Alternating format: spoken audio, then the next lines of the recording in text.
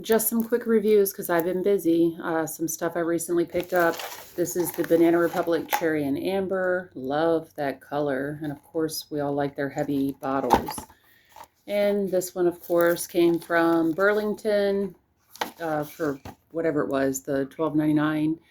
And at this point, I have quite a pretty good collection of the Banana Republic fragrances. The ones particularly that you would see in like TJ Maxx and Ross, etc. Now, this one, I don't know why I put off buying this one for so long because I have so many of the others. I think because it was super, and probably still is, popular, but especially with people trying to compare it to Baccarat Rouge 540. I don't find this similar to that at all, really. People also compare it to In the Stars, which they compare In the Stars to Baccarat as well. This does have a little bit of similarity to In the Stars with the spiciness, because I think this has a bit of spiciness. Now, when I first sprayed this, I really enjoyed the cherry, and people sort of argue of whether or not it's got any medicinal vibes to it. I actually think as it dries down, and I usually don't think this when other people do think it, but I think it does have a minute, part of its life with some kind of medicinalness to it. Let me think. What was that? I'm trying to hurry up because I don't have a lot of time these days to do this sort of thing, but I have many, many to review. So the notes are sour cherry, even though the name is dark cherry and amber. Sour cherry, pink freesia, cherry blossom, praline, red amber, and cedar.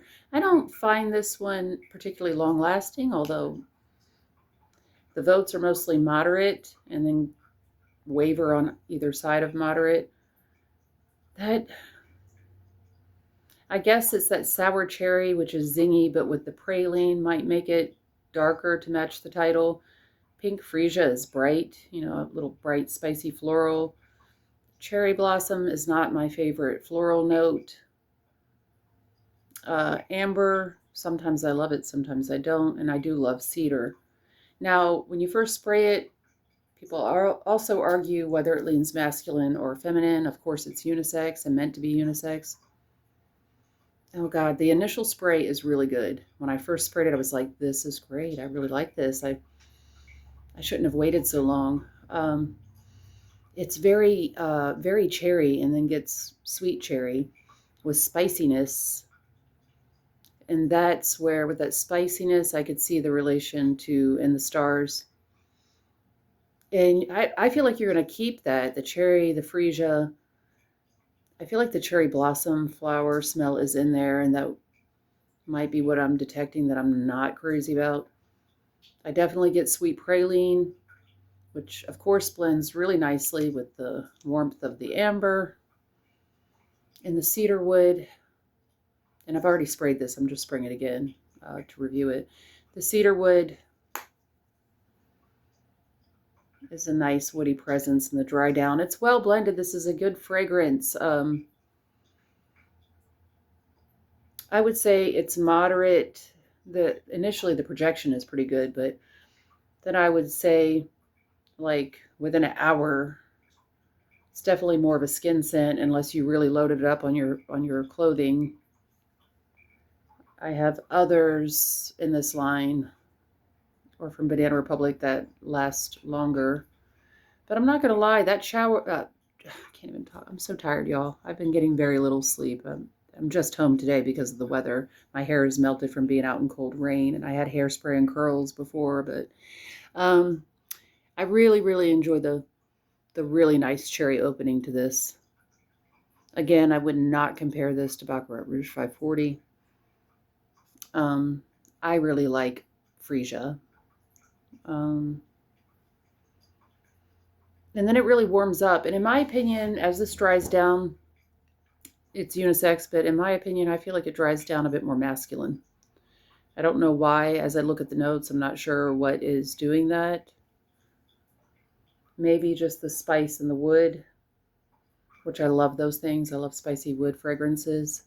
But in general, this is nice. This is a nice cherry fragrance. Bright and spicy at first, and then sweet and warm, and unisex. So that's my take on this one. I like having this size. I don't think I would buy the full size, though. This will probably sit with my collection until I'm just in the mood to just, to switch things up, wear it one day, or perhaps layer it with something. It doesn't need to be layered, but that might be how I use it. But I'm glad to have it and to finally try it. It's a nice cherry scent for cooler weather, or if it is warm weather, nighttime. Not hot weather scent, obviously. I don't know. I don't know. Sometimes I'm surprised by things that don't seem like they'll match a certain temperature, and then for some reason on my chemistry it comes off great. So we'll see. I'll play with it. It's nice. I love the opening. It smells classy and tasteful like most of the ones by Banana Republic in general, or particularly in this like line of fragrances they have. I'm not, again, I'm not like so in love that I would go buy the full size. However, if I was gifted the full size, I would just spray it lavishly and enjoy it because it's nice. It's just, the opening is probably the best part. That spicy cherry, and I do love cedarwood. So, Banana Republic, dark cherry and amber. Let me know your thoughts. I know there's many videos on this one, but if you've tried it or want to try it, share in the comments. How's it last for you? Do you wear it with anything else? Do you wear it alone? Day, night? Oh, I could tell I'm tired and dehydrated.